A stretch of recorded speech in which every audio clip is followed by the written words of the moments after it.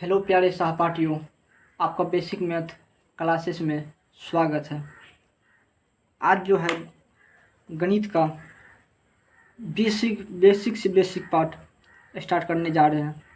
जिसको गणित में कुछ भी नहीं आते हैं, कुछ भी नहीं जानते हैं, जो शुरुआती करना चाहते हैं वो जो है हमारे चैनल से कर सकते हैं। इम्पोर्टेंट फैक्ट, किसी संख्या में शून्य का गुणा किया जाए या शून्य में किसी संख्या से गुणा किया जाए, गुणनफल शून्य प्राप्त होता है। ठीक, किसी संख्या में हम जब शून्य से गुणा करेंगे, जब शून्य से हम गुणा करेंगे तो क्या प्राप्त होगा? शून्य प्राप्त होगा। जैसे ये संख्या में हम शून्य से गुणा करेंगे तो क्या प्राप्त होगा? शून्य प्राप्त होगा। जैसे शून्य में किसी संख्या से गुणा करेंगे, ए से गुणा करेंगे, क्या प्राप्त होगा? शून्य प्राप्त होगा। इसी प्रकार एग्जाम्पल देखते हैं। जैसे 5 में हम शून्य से गुणा करेंगे, अगर हम 5 में शून्य से गुणा करेंगे तो क्या प्राप्त होगा? शून्य प्राप्त होगा। उसी प्रकार अगर हम शून्य में किसी भी संख्या से गुणा करेंगे, किसी भी संख्या से गुणा करेंगे तो क्या प्राप्त होगा? शून्य प्राप्त होगा। अगर 8 से हम गुणा करेंगे शून्य में तो क्या प्राप्त होगा? शून्य प्राप्त होगा। शून्य से गुणा करेंगे 9 में, क्या प्राप्त होगा? शून्य प्राप्त होगा। शून्य से गुणा करेंगे 6 में तो क्या प्राप्त होगा? शून्य प्राप्त होगा। उसी प्रकार से हम कह सकते हैं किसी भी संख्या में शून्य से 0 से गुणा करने पर क्या प्राप्त होगा? शून्य प्राप्त होगा। ठीक, चलिए अगला पार्ट देखते हैं।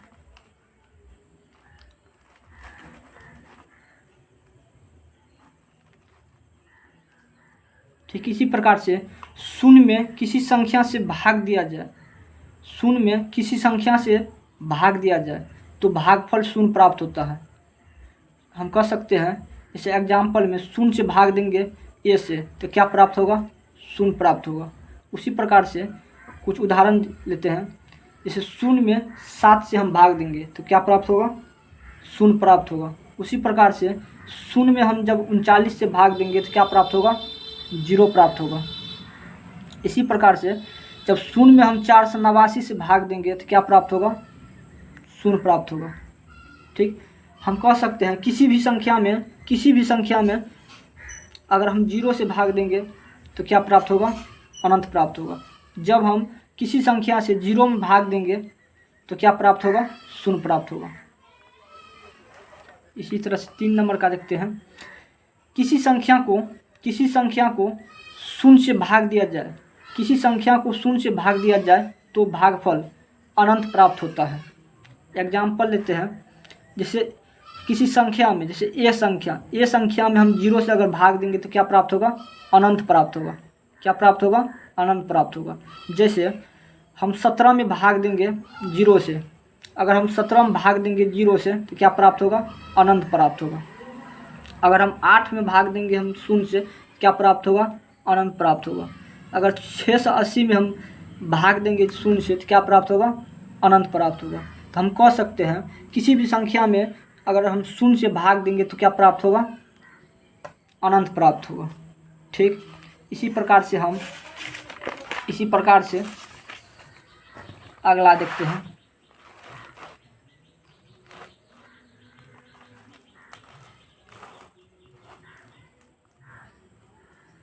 ठीक, 4 नंबर में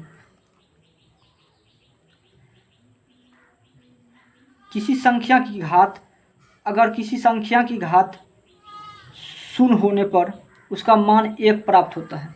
किसी संख्या की घात शून्य होने पर उसका मान 1 होता है। जैसे ए पर हम पावर देंगे, ए पर अगर हम पावर देंगे शून्य तो क्या होगा? उसका मान क्या होगा? 1 होगा।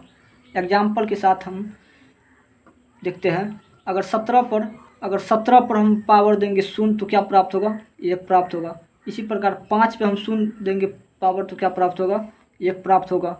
इसी प्रकार से जब हम 385 पे 0 देंगे पावर तो क्या प्राप्त होगा? 1 प्राप्त होगा।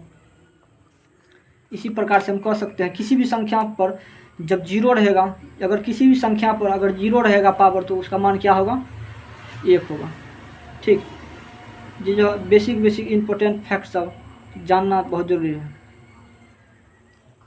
ठीक, इसी प्रकार से हम 5 नंबर का देखते हैं। किसी संख्या को स्वयं से भाग देने पर भागफल 1 प्राप्त होता है। हम कह सकते हैं किसी भी संख्या में वो उसी संख्या से अगर भाग देंगे हम तो भागफल क्या प्राप्त होगा? 1 प्राप्त होगा। जैसे अगर हम एग्जाम्पल के साथ अगर 17 में 17 से भाग देंगे तो क्या प्राप्त होगा? 1 प्राप्त होगा। अगर हम 17 में अगर हम 17 से भाग देंगे तो क्या प्राप्त होगा? 1 प्राप्त होगा। इसी प्रकार हम कह सकते हैं अगर 25 में अगर 25 से भाग देंगे तो क्या प्राप्त होगा? 1 प्राप्त होगा। उसी प्रकार अगर शून्य में हम अगर शून्य से प्राप्त देंगे तो क्या प्राप्त होगा? नॉट डिफाइंड प्राप्त होगा। ठीक, आप चलिए जोड़ और कुछ घटाव के कुछ महत्वपूर्ण फैक्ट जान लेते हैं। जोड़ और घटाना। ठीक, जोड़ और घटाना। धनात्मक संख्याएं सदैव आपस में जुड़ी रहती है और चिन्ह प्लस का लगता है। ठीक, धनात्मक संख्याएं सदैव आपस में जुड़ी रहती है और चिन्ह प्लस का लगता है। जैसे 2 + 3 क्या प्राप्त होगा? 5 प्राप्त होगा। नोट में हम देखते हैं किसी संख्या के पहले कोई भी चिन्ह ना हो तो धनात्मक प्लस माना जाता है। जैसे यहाँ पे लिख देंगे हम 5 लिख देंगे। अगर इस संख्या के न प्लस का चिन्ह है न माइनस का चिन्ह है, इसके पीछे क्या लगा रहता है? हमेशा धनात्मक प्लस चिन्ह लगा रहता है। किसी संख्या के पहले कोई भी चिन्ह ना हो तो धनात्मक प्लस माना जाता है। जैसे +2 + 3, इस प्रकार से +5 होगा। ठीक, इसी प्रकार से हम देखते हैं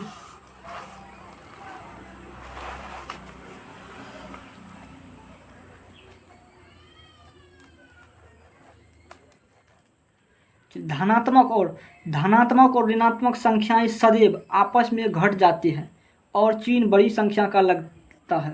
ठीक, अगर हम +5 और -7 बराबर में क्या होगा? सबसे बड़ा कौन है? 7 है। तो 7 में जिसका चिन्ह रहेगा उसी का चिन्ह आएगा यहाँ पर।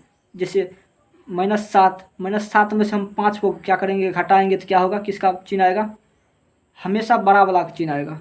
ठीक, उसी प्रकार से जब हम 9 में से 11 को घटाएंगे तो सबसे बड़ा कौन है?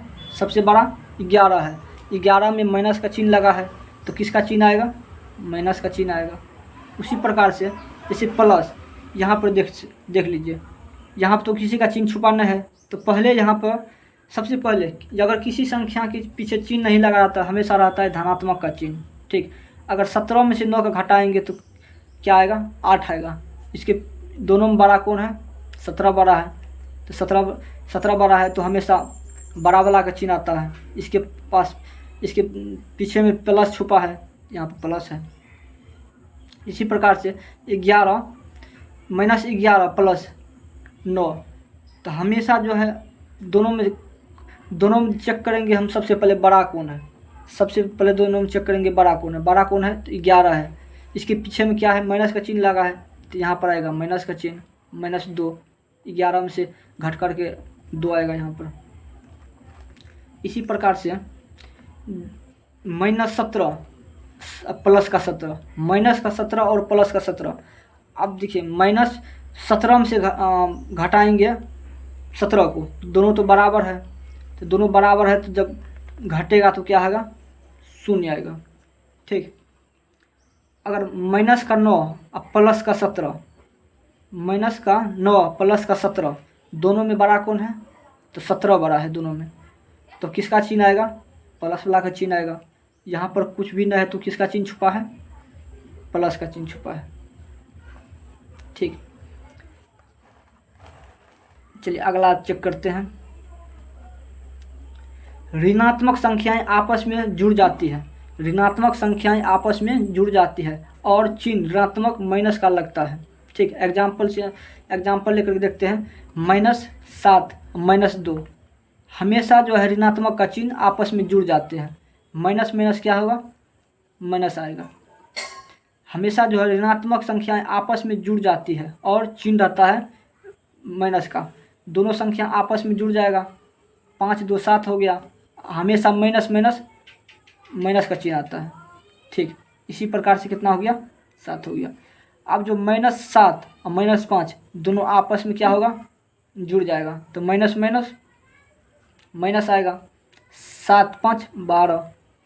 ठीक, इसी प्रकार से यहाँ पर भी माइनस है, यहाँ पर भी माइनस है, दोनों माइनस हमेशा क्या होगा, आपस में माइनस चिन्ह जुड़ जाता है। तो 8 6 कितना हो गया, 14।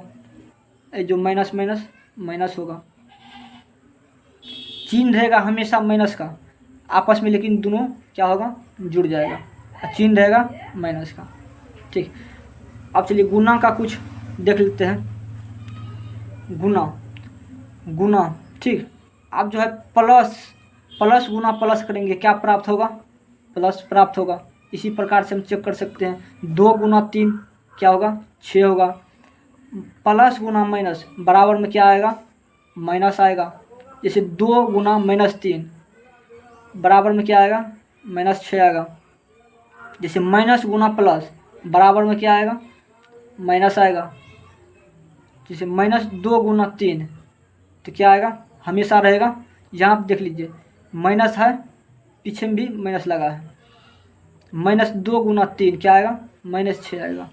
यहाँ पे जो है माइनस माइनस क्या होता है, तो प्लस, माइनस माइनस क्या होता है, प्लस। यहाँ पर भी माइनस माइनस है तो प्लस, प्लस यहाँ पे लिखते ना है, यहाँ पे छुपा रहता है प्लस। ठीक, इसी प्रकार से दोनों को गुना करेंगे, 3 दूना 6 6 हो गया। अब माइनस माइनस यहाँ पे देख लीजिए, माइनस माइनस क्या आएगा, तो प्लस। ठीक, इसी प्रकार से प्लस प्लस, देखिए प्लस प्लस हमेशा प्लस होता है, यहाँ पर भी प्लस छुपा है, यहाँ पर भी प्लस छुपा है, तो प्लस प्लस प्लस आ गया, प्लस यहाँ पर छुपा हुआ है, यहाँ प्लस है, 3 दूना 6। इसी प्रकार से हम नोट में देखिए, अगर माइनस का गुना सम बार, सम संख्या किसे कहते हैं, जो 2 से पूरा पूरा कट जाए, जो 2 से पूरा पूरा कट जाए उसे क्या कहते हैं, सम संख्या। अगर माइनस का गुना सम बार मतलब जोड़ा बार, जोड़ा लगना चाहिए। माइनस का गुना सम बार क्या आएगा, बराबर में क्या आएगा, प्लस आएगा। जैसे अगर माइनस का गुना विषम बार तो बराबर में क्या आएगा, माइनस आएगा। इसी प्रकार उदाहरण एग्जाम्पल के साथ देखते हैं।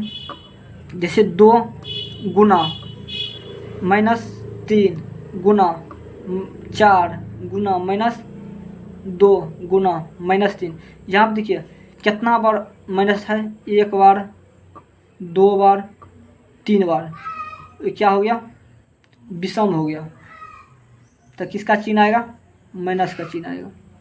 ठीक, इसी प्रकार अगर सम संख्या को देखते हैं, 1 2 3 4, 4 क्या हो गया, 4 सम संख्या, तो क्या चिन्ह आएगा।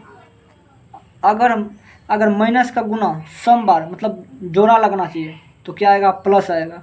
अगर माइनस का गुना विषम बार, विषम संख्या किसे कहते हैं, जो 2 से पूरा पूरा नहीं कटे। जैसे में क्या होगा, 3 होगा, 5 होगा, 7 होगा। बिन जोड़ा वाला को कहते हैं, क्या कहते हैं, विषम संख्या। ठीक, 1 2 3 4, 4 गो माइनस है यहाँ पर, तो 4 देखिए, 4 सम संख्या है कि विषम संख्या है, तो हो गया सम संख्या। तो यहाँ पर जो है 120, जिसे गुना करने पर कितना आता है, 120। 120 के पीछे क्या छुपा है, प्लस। ठीक, इसी प्रकार से हम चेक करते हैं। अगला फैक्ट को देखते हैं। चलिए अब भाग का देख लेते हैं।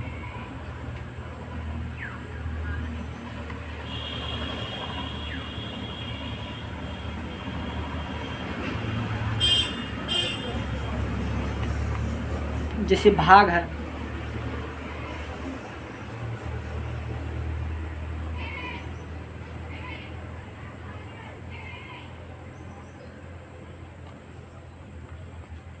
अगर भाग का देखेंगे, यदि अंश और हर के यदि अंश और हर के चिन्ह समान है तो धनात्मक मान प्राप्त होगा। और यदि अंश और हर के